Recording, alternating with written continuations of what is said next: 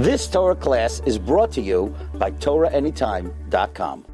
Thank you, Rabbi Yosef Yaakov, for recording. Welcome back from Eretz Yisrael. Thank you, Rafael Ovadia, and thank you for all the Torah Time listeners. This year will be Eli Nishmat Yosef ben Avraham, and Miriam bat Shaul, and Eli Nishmat Yaakov ben Tamar Malka. I want to share with you a quick thought about Purim. This is a tremendous, beautiful Dvar Torah that you can maybe say over on Purim, or more important than saying over, actually taking it to heart, and I'm talking to myself. From the Chatan Sofer, he says like this. We know in the Megillah it says, Ish Yehudi haya b'Shushan bira, ushmo Mordechai ben Yair ben Shmi ben Kish ish Yemini. Ish Yehudi haya b'Shushan bira. There was a Jewish person. Who was this Jewish person? Who was this Jew? Mordechai, who didn't come from Shevet, from the tribe of Yehuda. Rather, he came from the tribe of Binyamin. The Gemara tells us Mordechai here from his mother's side, Mordechai Tzaddik, was from Yehuda. But from his father's side, where it counts, he did not come from Yehuda. He came from Shevet Binyamin, from the tribe of Benjamin. So why is it that the Megillah, again and again, if you notice, count how many times it says, Ish Yehudi, Mordechai Yehudi, Mordechai Yehudi, Mordechai. Why do you always have to emphasize the point that Mordechai was a Jew? Why does the Megillah always have to throw it in there? Mordechai, you know which Mordechai? Yehudi, the Jew. Why do you always have to mention the Jew part? And why are you saying Ish Yehudi? There was a person that came from Shevet Yehuda, even though Mordechai was not from Shevet Yehuda, he was from Shevet Binyamin. I want to share with you a beautiful Chatam Sofer, and please take it to heart. Says a Chatam Sofer like this, and I quote you his Lashon. This is in his Drashus on Megillah Esther, Daf Kuf Samechei. He writes like this. He says, She'enenu mishevet Yehuda. We know Mordechai was not from Shevet Yehuda. There's a lot of back and forth and disputes exactly why exactly Mordechai was not from Shevet Yehuda. Some say he was, but we're going with the opinion that Mordechai was not from Shevet Yehuda. He says like this. Lama kara Mordechai atzmo Yehudi? Why did Mordechai always call himself the name Yehudi? Alpha Pishra ish Yemini from Shevet Binyamin. He came from Binyamin. Mordechai asazot kedei likvoa belev echav shelo yityeshu min hageula. The reason why Mordechai Tzaddik emphasized that people give him the title Mordechai HaYehudi, Ish Yehudi, was because in the times of Achashverosh and Haman had a plan to be me'ayesh, to make the Jews forget about Yerushalayim, to make the Jews at the time that were in Galut, they were in exile, to forget about rebuilding the Beit HaMikdash, waiting for Mashiach and being part of Malchut Yehuda. Achashverosh and Haman in their evil plans wanted to take the Jews and break them apart spiritually and mentally. They wanted to totally fall apart and give up on becoming again the greatest nation in the world with the Beit HaMikdash. Jews are always great, but when we have the Beit HaMikdash and we have Yerushalayim Yer HaKodesh and we have our own Melech, our own king, we're in top of the world. We always want Mashiach to come, and Jews always wanted Mashiach to come, but Achashverosh and Haman wanted to be oiker that. They wanted to uproot that idea of Jewish people always wanting Mashiach to come. So what did Achashverosh do? He made a party where all the Jews and the Goyim are now together, one big happy family, all eating together, drinking together, dancing together, schmoozing together, hanging out together. And he also brought tons of kosher food. And then Achashverosh came with big dei kehuna. He was wearing the clothing of the Kohen Gadol and the Kohen in the Beit HaMikdash.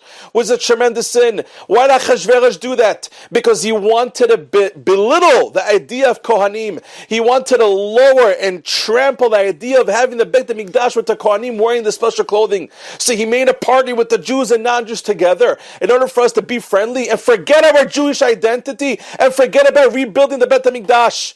So Mordechai, who was the Gdol Ador, who was the leader of the Jewish people at the time, said, you know what, let me emphasize the Yehudi part, the fact that I'm Mordechai Yehudi, even though I don't come from Shevet Yehuda, we're all going to be called Yehudim after the name Yehuda. Why? Because Mashiach, don't forget, is going to be from the Shevet Yehuda. Melech HaMashiach, rebuilding the Beit HaMikdash, the kings, the whole idea of Beit HaMikdash in Yerushalayim and Jerusalem is all going to come from Yehuda, from the tribe of Yehuda. So in order for Klal Yisrael at the time not to forget where they really belong, and that is Yerushalayim, with the Beit HaMikdash, with the real Jewish identity, and HaKadosh Baruch Hu with the Shechina and the Beit HaMikdash, he emphasized that every single Jew Although he doesn't come from the tribe of Yehudah, should be called after Yehudah. That's where the name Yehudi comes from. And that's why he kept saying Mordechai Yehudi, Mordechai Yehudi. Even though he doesn't come from Yehudah, but he called himself, I come from the tribe of Yehudah, in order for everybody to always remember every day of their lives. We always want Yehudah, meaning we always want Mashiach, and we're always hoping to one day reach the Bet HaMikdash, to the rebuilding the Bet HaMikdash in Yerushalayim and Eretz Yisrael.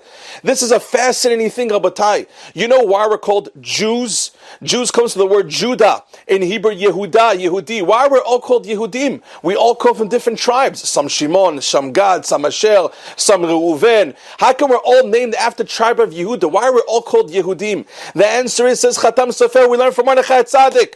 Mordechai Tzaddik emphasized that when you're in Galut, you're in exile, always call yourself Yehudi, the Jew.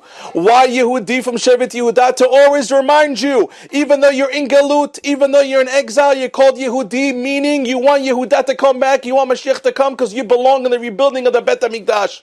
So every time someone calls you Jew, Jewish, Yehudi, you know why you're called Yehudi? Because it's reminding you your identity where you really belong. You belong with Yehudah, meaning in the city of Yerushalayim, with the rebuilding of the Bet HaMikdash and the Malchut, with the real kings, which represents Yehudah. That's why we're called Yehudim, and that's why the Megillah came to emphasizing Mordechai Yehudi. Mordechai was a fighter. And then the Megillah goes on, and it says a tremendous thing. We know that Haman, Achashverosh made a decree that everybody has to bow down to Haman. But there was one person that did not bow down, and that was Mordechai HaTzadik.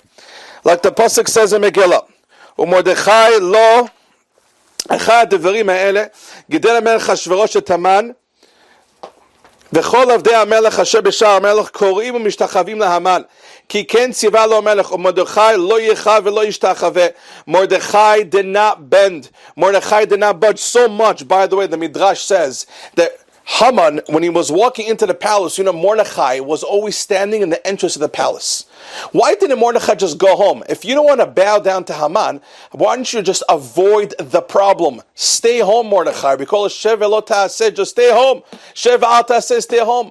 Mordechai, you see, didn't just give in. Mordechai wasn't intimidated by the culture no matter what it is. That's what Mordechai was. Mordechai, a Yehudi. Mordechai went to the entrance of the palace so Haman can see him, not bow down to him and not give in to his intimidation. So much so, says the Midrash, that when Haman passed by, not only did Mordechai bow down to Haman, says the Midrash that Mordechai turned around his neck. He totally ignored, or as they say in Yiddish, he stolz out Haman.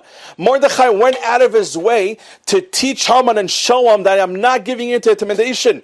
Mordechai didn't run away from a situation. He didn't run away from a problem. He didn't avoid a place where he can fight for Hashem. Mordechai stood the Shara Melech and he showed Haman, I am not giving in. It is wrong to bow down to you.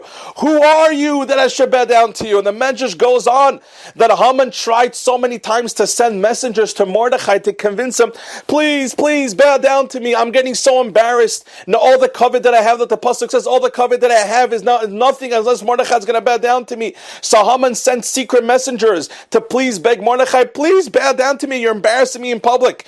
And Mordechai totally ignored Haman. All this is in the Midrashim. Mordechai totally ignored Haman, and he did not bow down and did not get intimidated by Haman. That's another reason why he's called Mordechai, a Yehudi. Because what defines a Jew? What defines a Yehudi? A Yehudi, a Jew, is a person that does not get intimidated by the culture of the world. A Yehudi is not a person that puts his weapons down, which is tefillah and Torah. We don't put our weapons down. We never bend for the culture of the world. We don't get intimidated by the goyim and whatever the world tells us.